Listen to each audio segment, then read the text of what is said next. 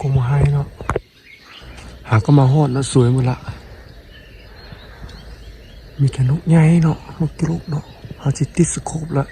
จะสิยิงให้เพิ่งว่าสิเอ็ดแปลงบ่อนั่งนี่ก่อนเนาะนะฝากทุกคนติดตามด้วยเนาะว่าสิหมานบ่มีนกกระลุกเนาะเอ็ดบ่อนั่งก่อน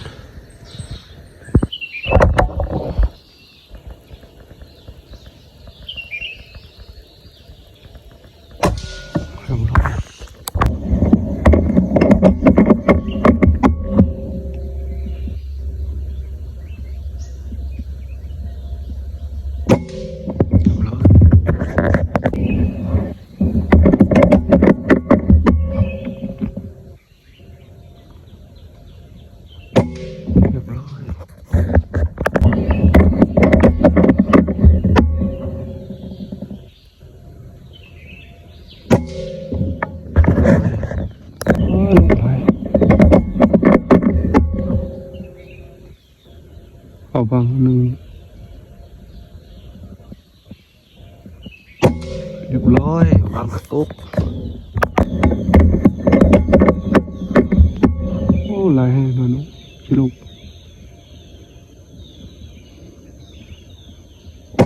เรียบร้อย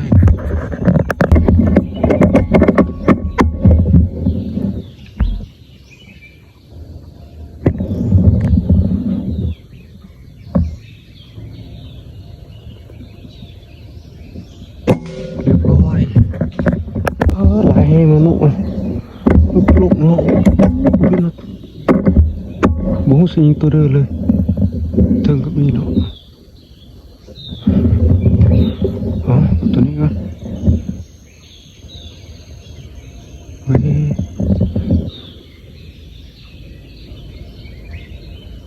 เฮ้ยเกือบแล้ว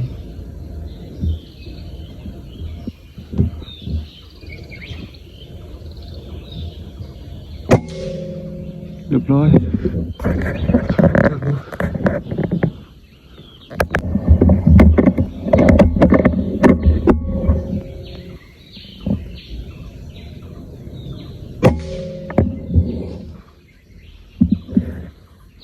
โอ้ตัวนี้มาถ่ายอ่ะยิบเจิดเลย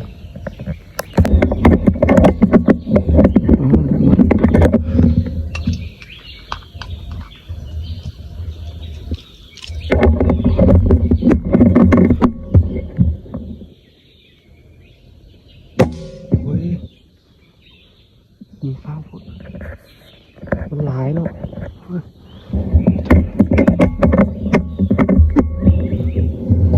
ใจเย็นเลย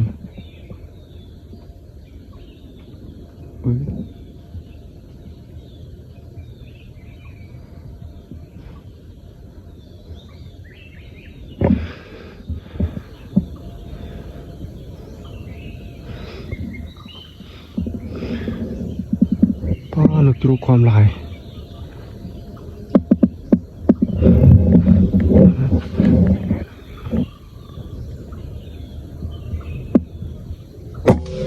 เลย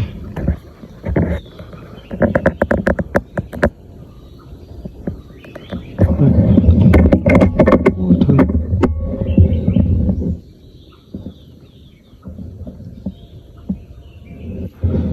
ข้าง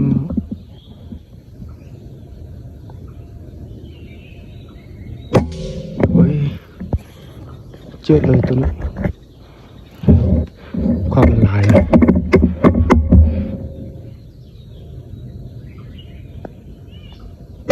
รียบร้อย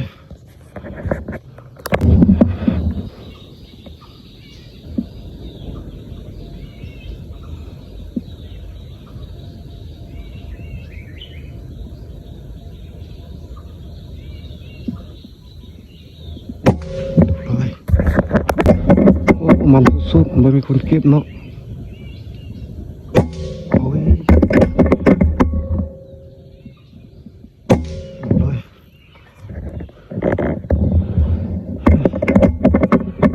ทุกเฮ้ยสองตัวเลย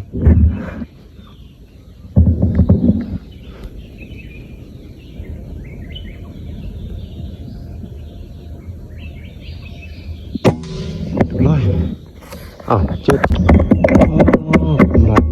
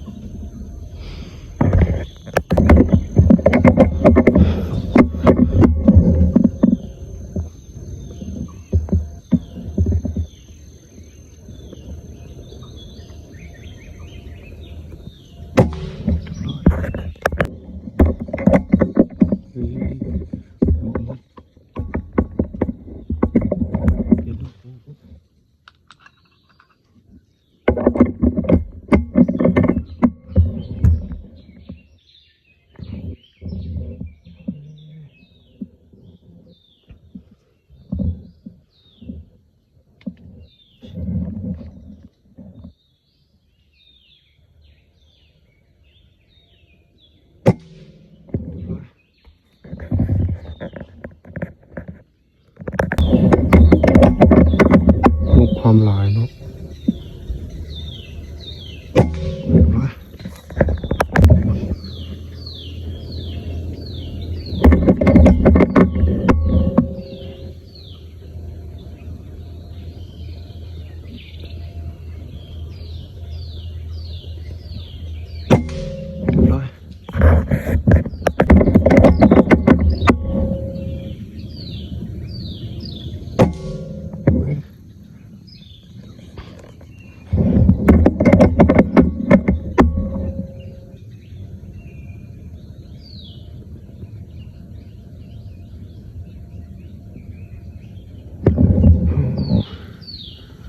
รถขึ้นถึงตุ๊บละ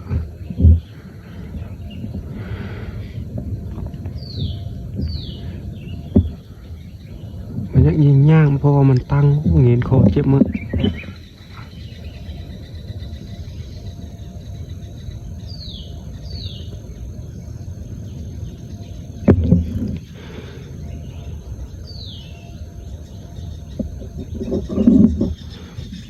วิ่งขึ้นบัง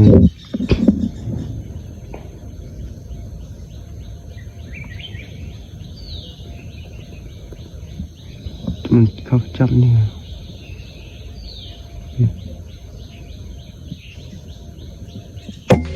ร้อย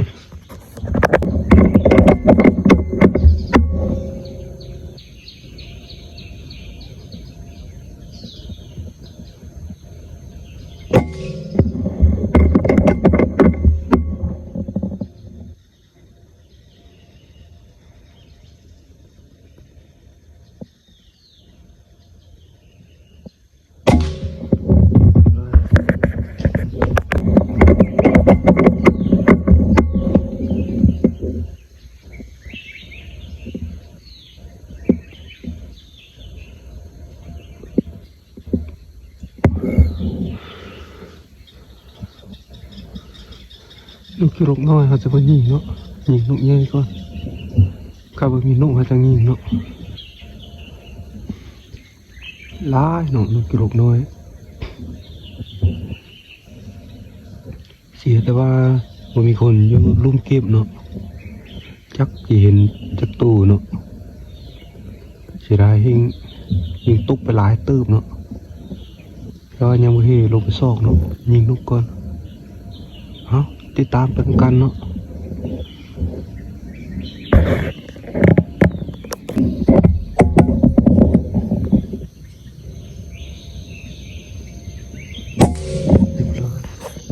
ทางนั่นเองเนาะก็เจ็บคอมั้งน้องคนยิงแต่ว่าสิยิงนี่ก็ลงไปที่หัวเพศเนาะยังมีคิดไปนะความยิงแต่ว่าเวลาสูบคอเนาะเมื่อยแห้งเนาะพักจะนอนก็จะซุบเนาะอันนี้มันจะซุบง่ายเนาะเพราะว่ายิงมันมืดอีกคิดนึงเนาะมันยากนกหลายเนาะนกตรงน้อยเลยก็หาผู้ยิงเนี่ยเขา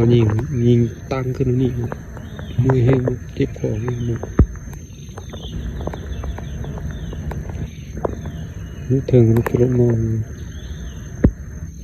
หลายเนาะถึงอาจจะว่ายิงเนาะยิงนกกระโดดกัน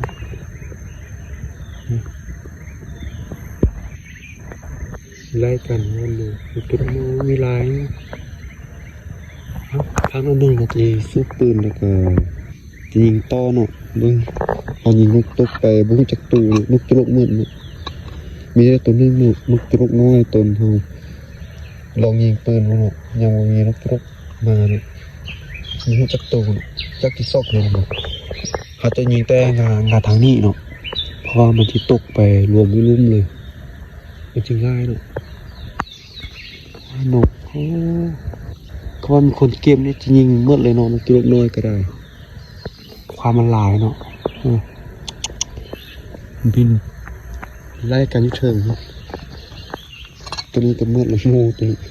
แล้วนี่เนี่ยข้อดีของมีโม่สองอันเนาะตัวนึงเมื่อแล้วก็เอาตัวนึงมายัดไส้ลูกทูไส้ก็คือเก้าเนาะ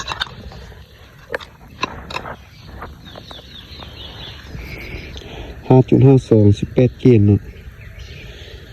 เขาซื้อเป็นกับใหญ่เนาะแต่ว่าเขาแบ่งใส่กับน้อยนี่เป็น2 กับมีกับนึงอยู่มือคุณ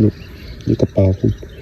มันจะบ่เสียเนาะเวลาเขาใส่กับใหญ่เวลาเขายิงมันจิมืดแล้วมันเวลาเขาย่างไปนะมันจะกระทบนั่นนี่มันจะเพมันเนาะเขาจะแบ่งมาใส่กับน้อยเอาเนาะมันจะง่ายมันจะบ่เพลูกเนาะ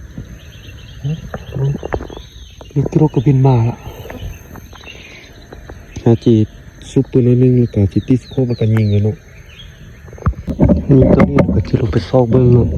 ว่าจะเห็นบ่นี่ตัวนี้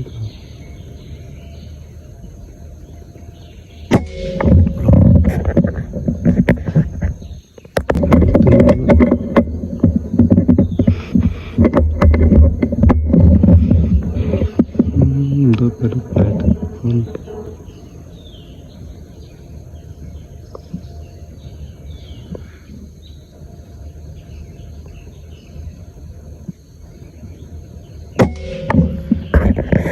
าะเก็บมาละได้แต่19 ตูเนาะเสีย4 ตูเนาะจะน่าจะไป2 มือเนาะเพราะว่าโอ้2 อย่างนึงเนาะ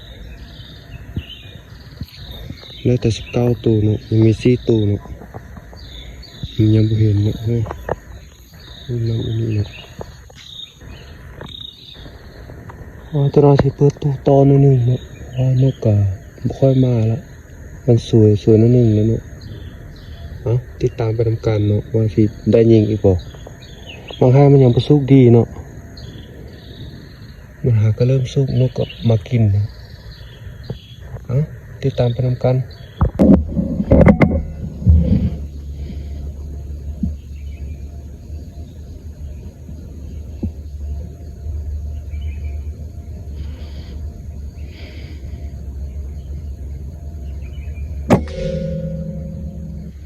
เรียบร้อยเนาะ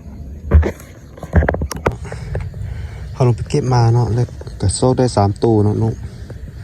ยังมี2 ตูเนาะน่าจะพอเห็นแท้ๆละ2 มื้อละถ้าว่าเสีย2 ตูเนาะนกกระรกเสียดายเนาะมันบ่มีคนเก็บเนาะยังไข่เนาะเสียได้2 ตูเนาะก็เล่นยิงเมื่อกี้เนาะนกก็ค่อยมาแล้วมีแต่นกน้อยเนาะเอาไว้ตอนแรงๆนิดนึงเนาะยิงต่ออีกว่าตอนสวยได้เบิ่งว่าจะมีนกเข้าบ่ฉะนั้นก็สิดังไฟเบิ่งว่าสิดังติดบ่ฝนเฮงพุ่นเนาะมื้อนี้หากะเช้าเนาะก็เห็นแดดนิดนึงเนาะแต่ว่าฟ้าก็ยังบุดๆอยู่สิดังไฟปิ้งนกกินกันเนาะอยากเข้าละตามไปนำกันเนาะมันจะมีนกเข้าอีกบ่ดังไฟก่อนโอ้ดังยากขนาดเนาะคนเอาอย่างแน่เนาะเป็น3 ท่อนเลยเนาะจุดนี่ก็เต็มทงเลยเนาะจริงต่อเบิ้งตอนแรงสรุปให้เบิ้งเลยว่าสิได้หลายสันใดนี่ก็ดังไฟปิงนกกระโดดน้อยนี่เนาะอันยิง4 ตัวเนาะมีตัวนึงอยู่นี่เนาะกินไปหมดกิน3 ตัวก็พอละอิ่มละผู้เดียวเนาะมันก็ปั้นข้าวนิดนึงเนาะก็สินั่งท่าเนาะก็สิได้ยิงบ่มันก็กินข้าวก็เนาะฝากติดตามเลยเนาะว้า เริ่มต้นแรงๆนี่นั่นประมาณ2 โมงขึ้นไปเนาะกินข้าวก่อนฝากติดตามด้วยเนาะ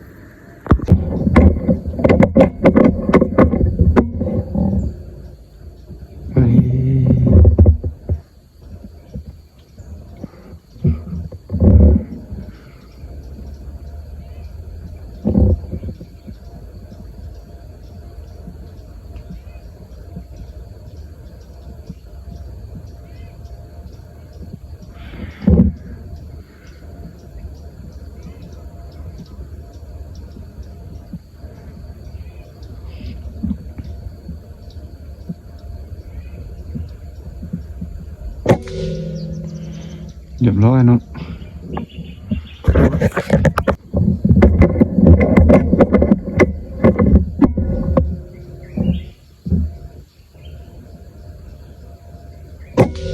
เรียบร้อย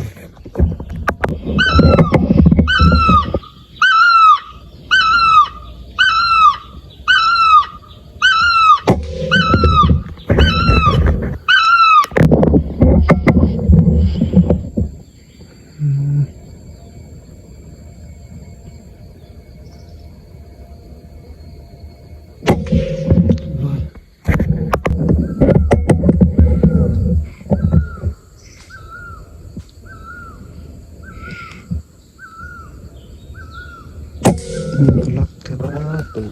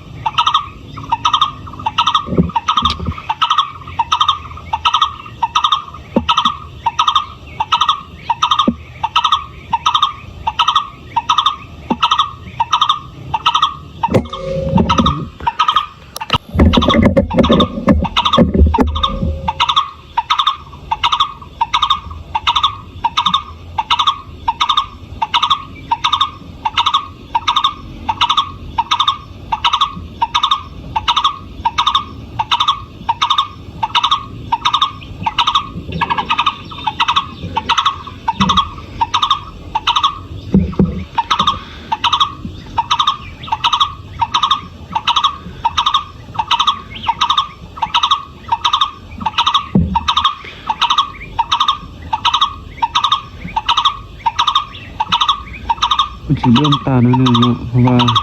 มันกลางแดดเลยเนาะเบิ่งจะไม่ค่อยแจ้งปานใด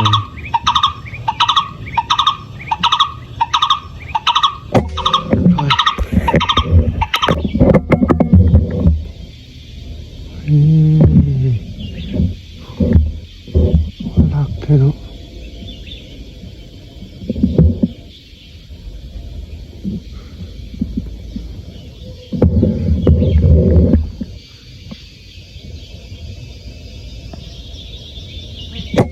เรียบร้อย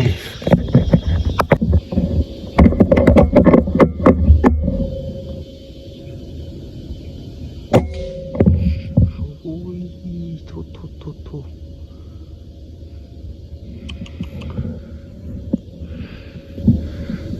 เฮ้ยใครว่าสิยิงหัวเนาะเอาไหมถึงงานนะเกือบเลย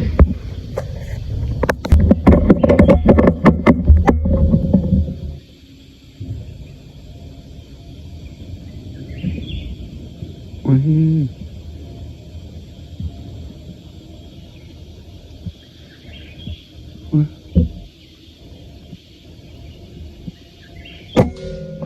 เรียบร้อย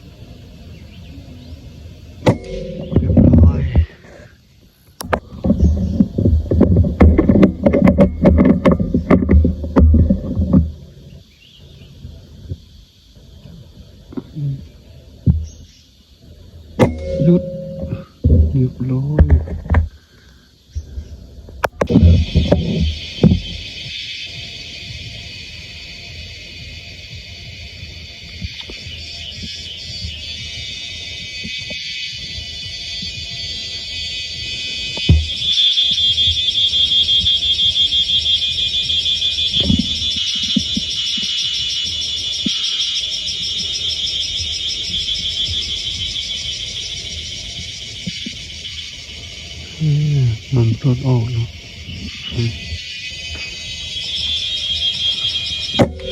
น้อยตื่นกันไหนขี้ข้ามแล้วเนาะตอนนี้ก็5 โมงละบ่มีนกมาเลยเนาะโอ้เนาะเสียดายนกบ่มาเลยเนาะมิดเลยเนาะเขาจะได้ลงไปซอกกระห้องแล้วก็นกเนาะเบิ่งว่าสิเห็นบ่เขานับยิงตกทางกระห้องเป็น12 ตัวเนาะเอานับเป็น12เนาะแล้วที่ลงไปลุ่มเนาะเบิ่งสาลีลุ่มเนาะนี่เนาะเขาเจ้าทางให้เนาะให้มักเพชรเนาะแต่ว่ามีสาลีกันในห้องคันเนาะเอาที่ลงไปซอกเบิ่งคันบ่ครับนะที่แวะลงไปท่ายิงเนาะตามไปทำการเนาะมาสีซอกได้บ่ตัวนกมันสรุปเนาะตอนเขายิง12 ตัวเนาะซอกได้แต่8 ตัวเนาะบ่เห็น4 ตัวเนาะโอ้ยได้เห็นมันให้ซอกจนว่าเนาะมันตกเนาะมันกับข้างเนาะแต่ว่าซอกบ่เห็นมันตึบได้เนาะซอกจนว่ามุนเลยถือว่าสรุปผลงานเนาะตัดซอเนาะถือว่าได้หลายสมควรเนาะผู้เดียวเนาะฝากติดตามเป็นกำลังใจได้เนาะเจอกันในคลิปหน้าคลิปนี้ก็ขอจบลาซ้ำนี้เนาะ